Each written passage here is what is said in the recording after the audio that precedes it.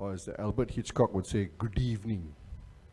This is the best slot and everybody's very relaxed.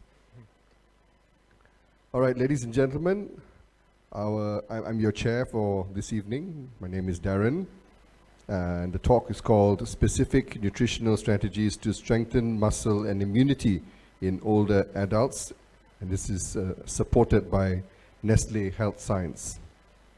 I'll start by introducing our speaker, Dr. Alan Cheng Swee Hock, geriatrician at Seberang Jaya Hospital.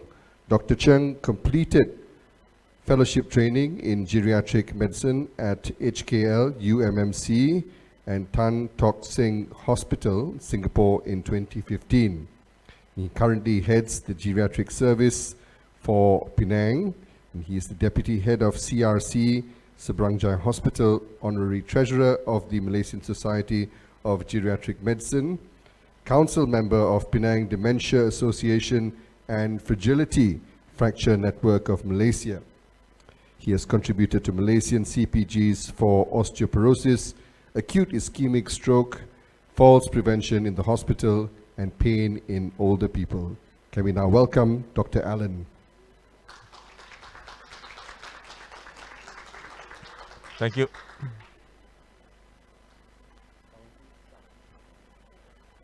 Testing. Okay. Thank you very much, Darren, for the kind introduction. Good evening, ladies and gentlemen. I'm Alan, your friendly geriatrician from Penang. And thanks to Nestle for sponsoring this talk. Malaysians are living longer.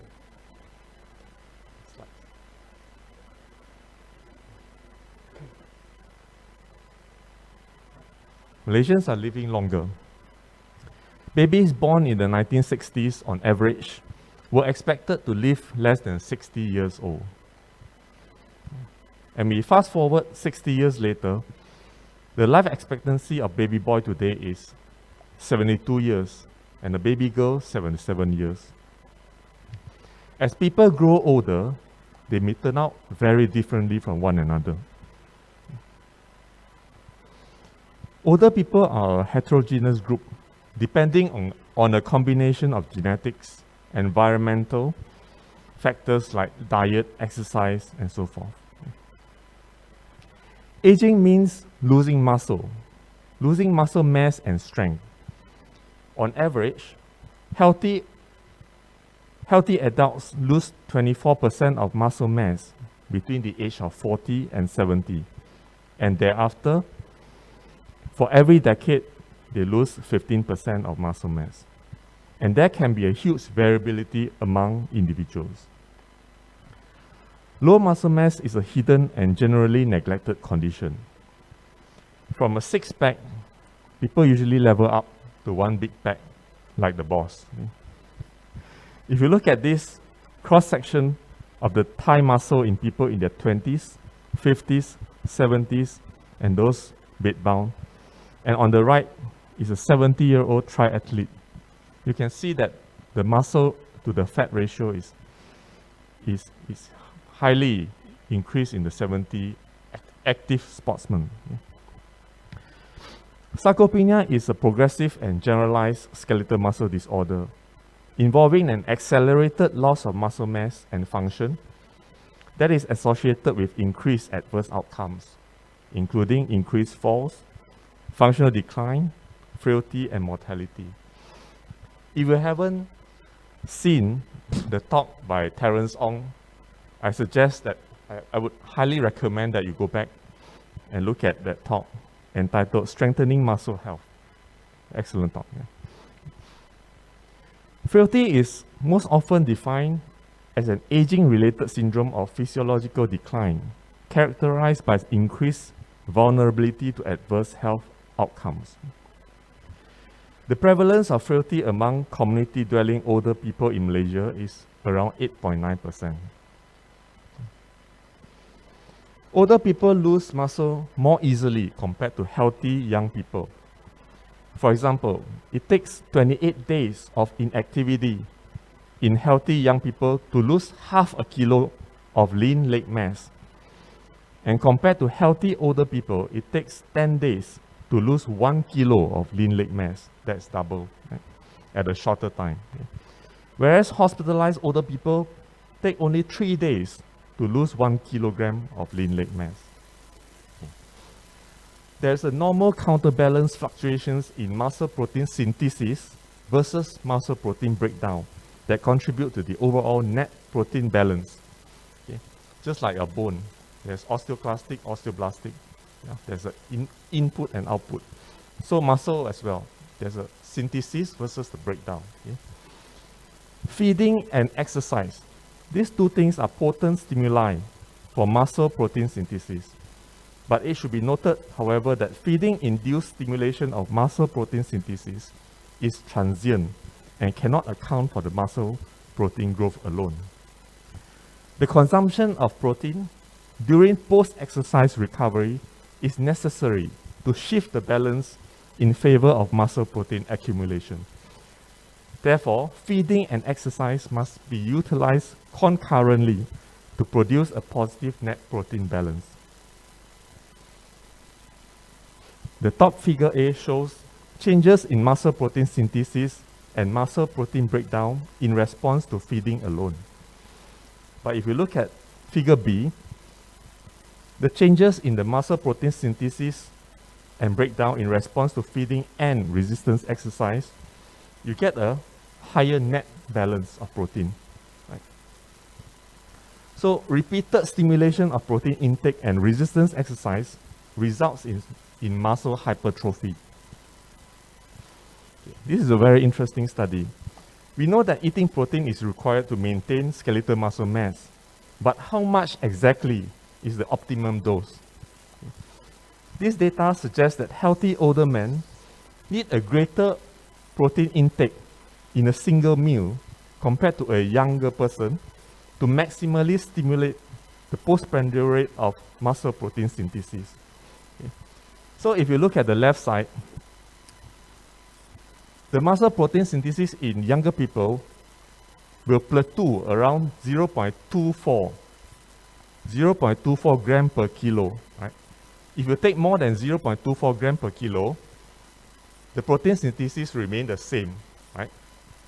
So this is the optimum dose for younger people. Whereas in an older person, it takes around 0.4 grams per kilo to get the plateau. So that is the optimum. 0.4 gram per kilo is the optimum. Right? Okay.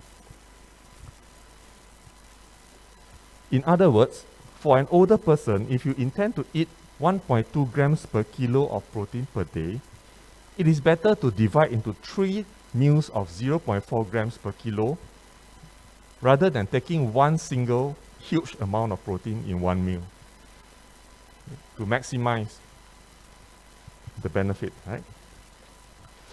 The recommended daily intake of protein is 0.8 gram per kilo for healthy adults, 1 to 1.2 grams per kilo for older people more than 65 years old, up to 1.5 grams per kilo for people with acute or chronic diseases, and up to 2 grams per kilo for those severely ill, injured, or severely malnourished. Right? However, protein utilization in older adults may be influenced by several factors. Anorexia may lead to inadequate protein intake. There may be reduced ability to use the available protein due to factors like insulin resistance, protein anabolic resistance, and immobility. There may be greater need for protein due to ongoing inflammatory diseases. This study in Taiwan involving 24 subjects with a mean age of 74 years old. They were supplemented with Nutrient Optimum 2 servings daily for over 6 weeks. And you can see that they achieved several benefits. There were improvement in the pre-albumin level, the weight, and the mean MNASF scores, which is the nutritional scores. Yeah? And which protein quality is the best? So we look at protein quality. There are many parameters to look at. For example, the protein efficiency ratio. which measures the nutritive value of protein sources and is defined by dividing the weight gained by the animal by the weight of the protein consumed. Okay. Then there's a net protein utilization, which is the proportion of the protein ingested that is retained in the body. And then there's biological value of protein, which is the proportion of absorbed protein from food, which becomes incorporated into the protein of the organism's body. And if you see all these three parameters, the whey protein comes top, followed by casein and soy protein. Different proteins get absorbed at different rates. Amino acids absorption from whey protein has the fastest absorption, almost twice faster than casein and soy. The speed of protein digestion and amino acid absorption from the gut had a major effect on the whole body protein anabolism. After one single meal, the slow and fast protein thus modulate the postprandial metabolic response. Okay. The whey protein, what we call fast protein, okay, is soluble. It facilitates gastric emptying time and is more easily absorbed. The casein, it clots in the stomach and delays gastric emptying time, so it's slower to digest and absorb, and it slowly releases the amino acid over longer periods. Right? This study wanted to find out the effect of consuming pure isolated casein or pure whey protein isolate on the rates of muscle protein synthesis at rest and after resistance exercise in older men. At rest, compared to casein, whey protein has double the speed of protein synthesis. And taking protein after exercise improved the rate of muscle protein synthesis for both whey and casein. Okay? So after exercise, it is even better. However, if you look at the rate, the rate is still higher for whey at rest compared to casein after exercise. Okay.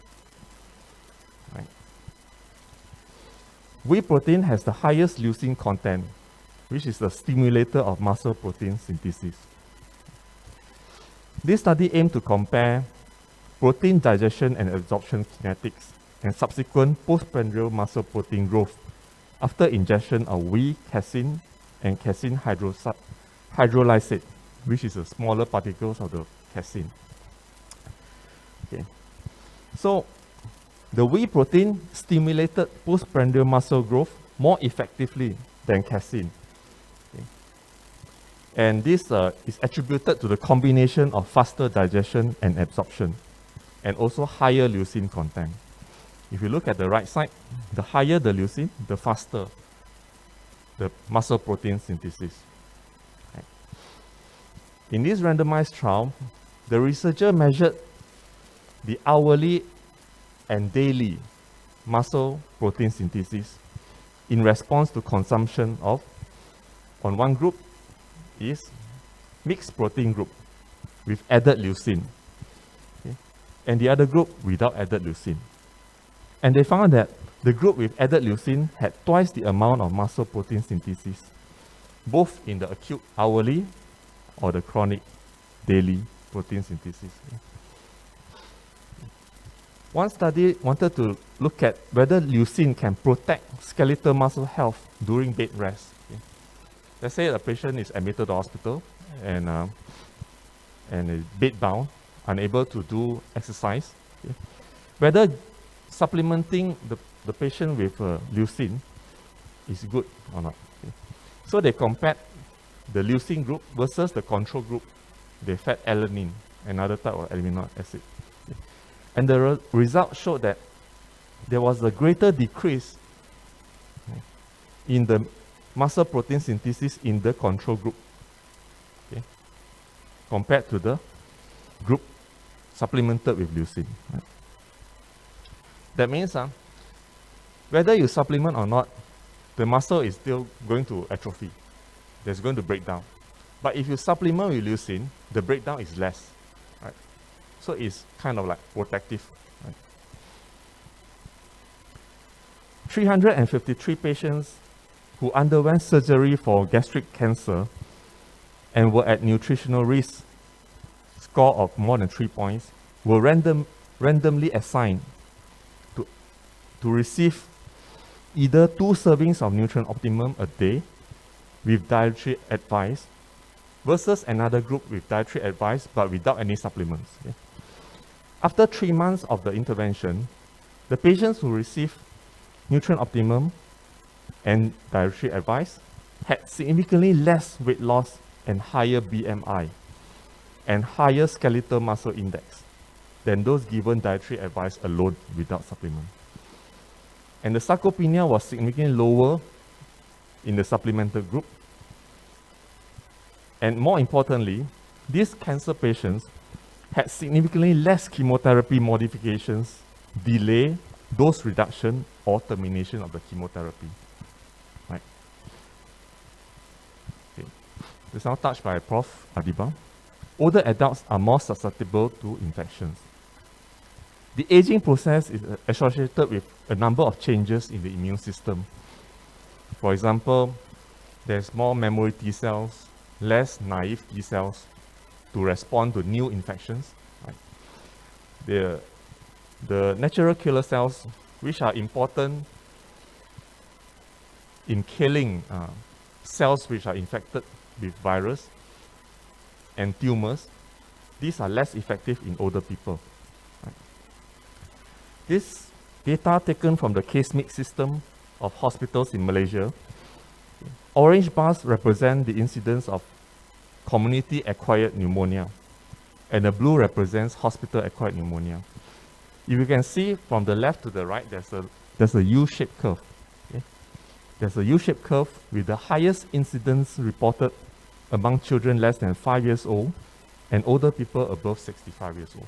So these two are the vulnerable groups. The presence of sarcopenia is associated with a twofold increased risk of developing nosocomial infection. The muscle is an endocrine organ that produces and releases cytokines and other peptides, which can exert its effect, whether far away, endocrine, or autocrine or paracrine, or nearby. Okay? So the aging muscles, skeletal muscles, affect multiple pathways, including reduction in producing these myokines, such as interleukin 6, 7, 15, and so forth. And it will shift towards the pro-inflammatory profile, reduce immune cell function, and altered body composition. Under normal condition, on the left side, okay, the gut is like war zone. Okay? It's like the Ukraine and the Russian border, right? So there are many things ongoing at the same time to try to protect the body from pathogens from entering the body. Okay? On the right side, this is the senescent intestine or dysbiosis. When the person gets older, due to degeneration, okay, various microbes and microbial byproducts can leak through the gut barrier and cause hyperinflammation response. Right?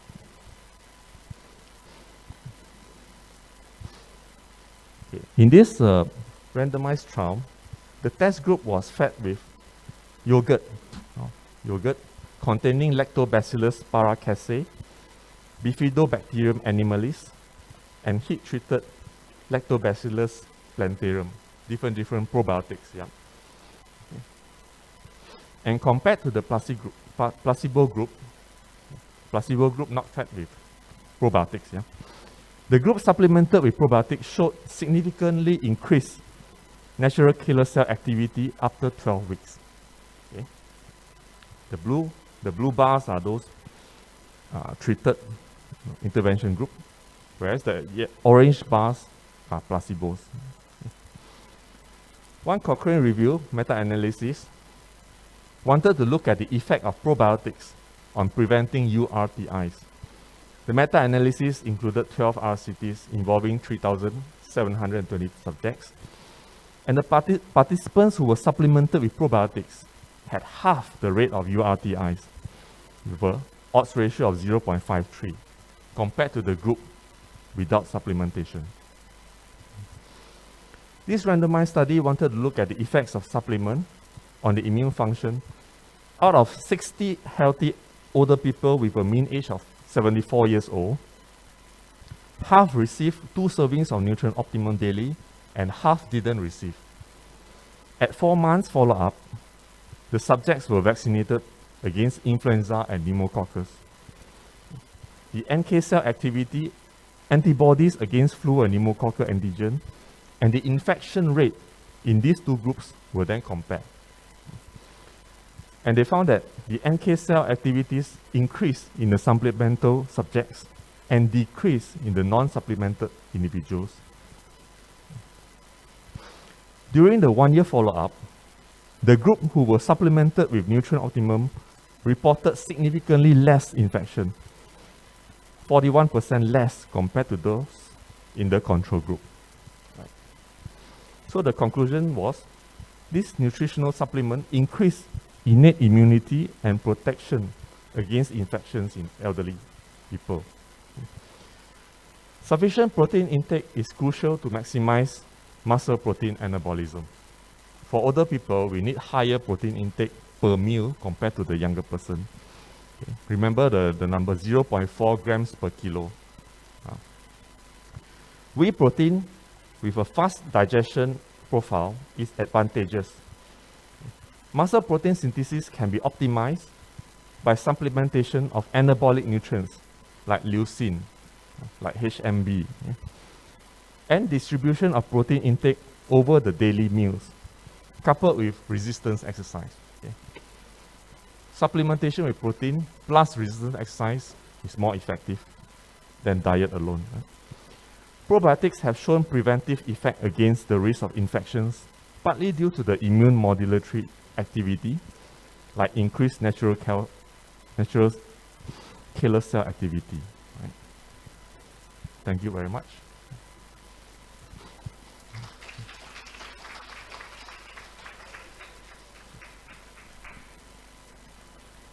All right, we would like to open up the floor for questions now. Any questions?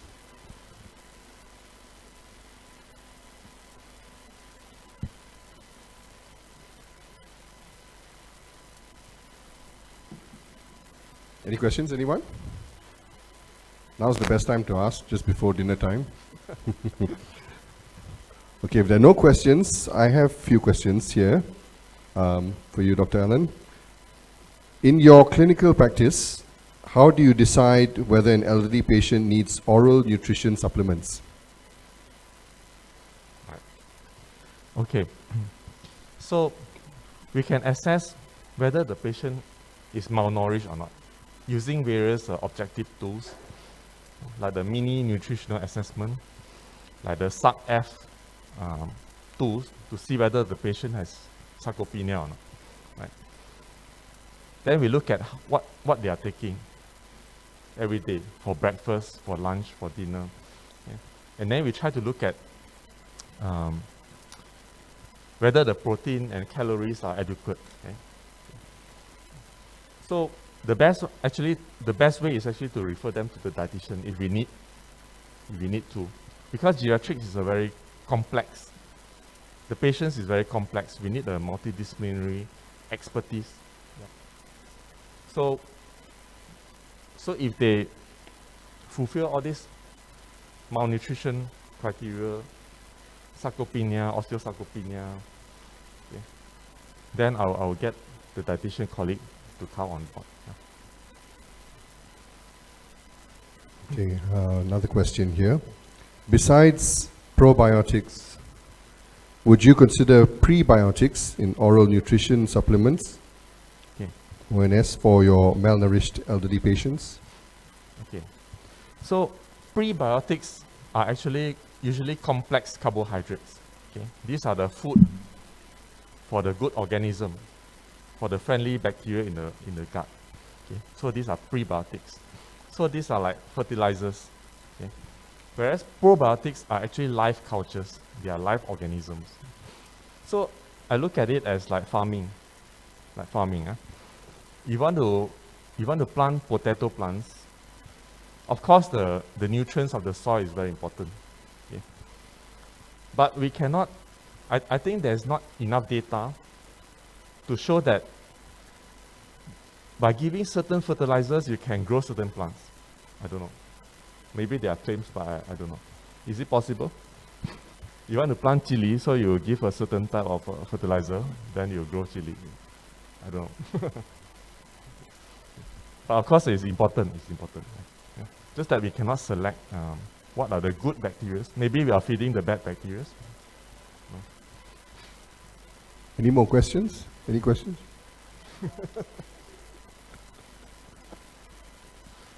Doc, thank you very much. This question of this, muscles and weakness and all that, you're talking of probiotics. What about when we are taking vitamins? What's your view on vitamin? Because 30, 40 years ago when we started taking vitamin, the doctors were of two opinions. One say no use, one say yes. But nevertheless, I've been taking for 25 years some important vitamins, like fish oil and those kind of things. I'm asking you, the other thing is, instead of this antioxidant, instead of your probiotic, what does the antioxidant does in this particular case? I'm on, just to let you know, I'm on vitamin, minerals, and immune factors, about 15 of them a day. I take like my food for the last 15 years. Okay. So, vitamins. To me, if you have adequate level of that vitamin, supplementing more doesn't mean it's better, I would say. But if you are deficient, let's say like B12 deficiency, it will cause clinical pathologies. Okay? So in a deficient state, of course, supplementing vitamins will be very, very important. Very, very important. Okay? So I think it depends on your food intake. I would prefer all the vitamins to be included in the daily food, right, if possible. Okay. But let's say you are working shift, you are not eating very well, eating outside, take a bit of carbohydrates here and there, then there's a potential chance of deficiency. Then, in that case, I wouldn't say supplementing is a bad idea. Yeah.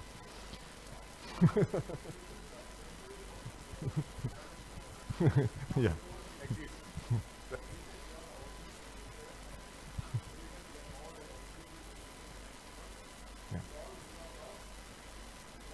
But diet. So actually you're trying to advise Malaysians. We've been advising for 50 years, nobody follows. So you must be able to tell them what exactly, because if these guys by food, you tell them they eat vegetable. The children today, you tell vegetable, they slap you, they throw in your face and walk away. Yeah. The parents are not encouraging them to take vegetables. If they don't eat vegetables, it's okay. Yeah. And we see even adults now taking proper vegetables and all that. That's why we say some of in a week, we suggest, not because we are Hindus, we suggest about 2 days of vegetarian food. At least you can take all the greens and all the tofu and all that. So I need you to please tell, because you're speaking to about 1,000 people on the line, Yeah. I think if you look at the evidence base, if you don't have deficiency, supplementing doesn't really improve anything. Yeah. Any more questions? We have a question there. Can we?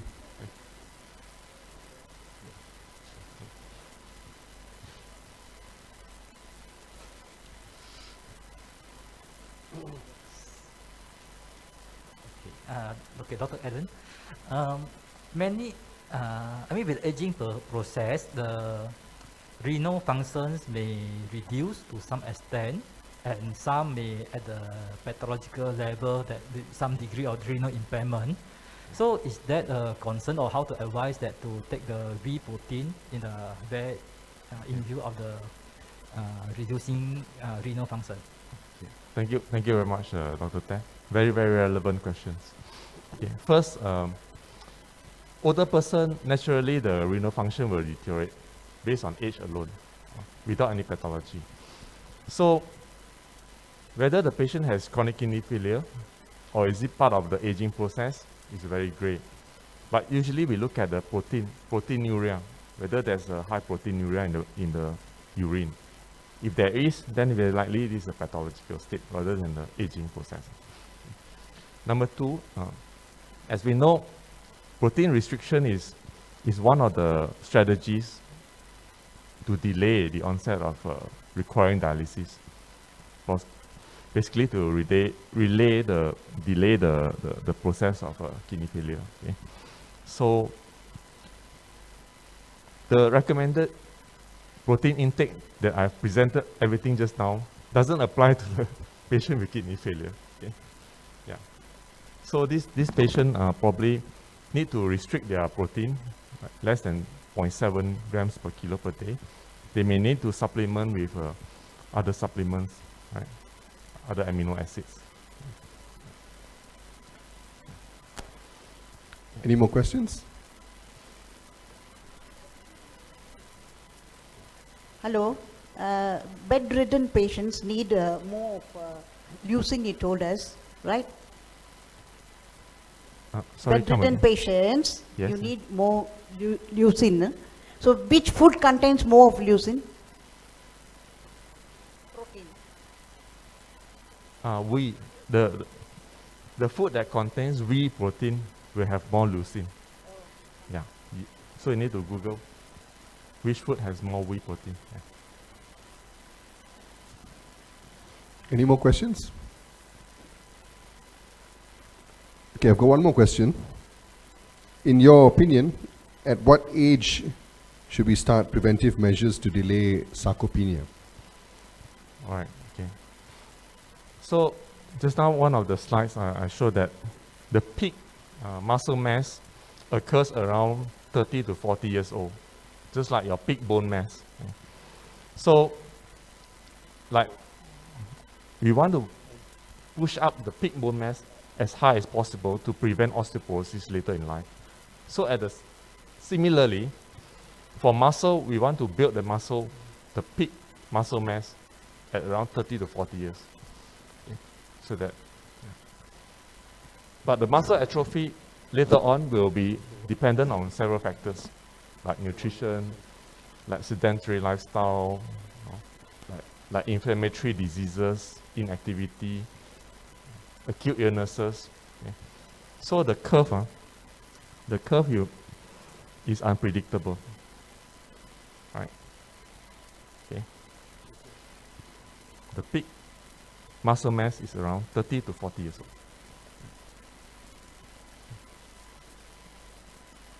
So just now, I think in one of your slides, you said there was one 70-year-old triathlete. Yeah. What is your recommendation for elderly performing strenuous sports? Okay. So I think that is too extreme. Okay. You try to look up the blue zones. Blue zones. There is one National Geographic journalist by the name of Jan Butner. Yeah. He went over the world looking at places with the highest number of people living above 100 years old. Okay. He wanted to find out what are the similarities between this group of people. So he went to Okinawa, Sardinia, Italy, Greece, the Adventist group in the US. So this group of people have the lowest risk of cancer and cardiovascular diseases. These people, they are not ultra marathoners, okay? But they are very active in their daily lives. Okay? So what is recommended is you should be active in the daily activities, not the very extreme. I think there were several years ago there were studies looking at very intensive exercise versus moderate exercise, and the life expectancy of those very intensive exercise is like similar to those without exercise.